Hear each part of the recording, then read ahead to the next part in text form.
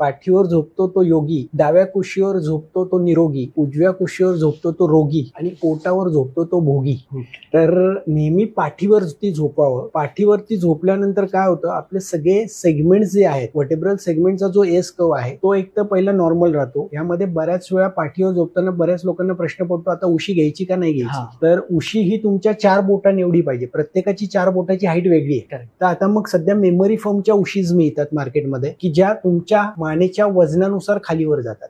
त्याचबरोबर कापसाची उशी वापरणार असाल तर कापसाची उशी दर 2 ते 3 वर्षांनी त्यात कापूस भरून घ्यावा. लोक नाही तर 10-10, 12-12 वर्ष एकच उशी वापरतात. तो कापूस खाली जातो आणि मान ही खड्ड्यात जाते आणि खड्ड्यात गेल्यामुळे मानेचा कव नष्ट होतो. त्याला म्हणतात लॉस ऑफ लॉर्डोसिस, कव नष्ट होणे. त्याचबरोबर गादी जी आहे ती तुमची शक्यतो मेमरी फोम किंवा 4 mm ते 6 mm पर्यंतची तुमची गादी असावी आणि झोपताना नेहमी पाठीवर किंवा डाव्या कुशीवर झोपावं. डाव्या कुशीवर झोपत असताना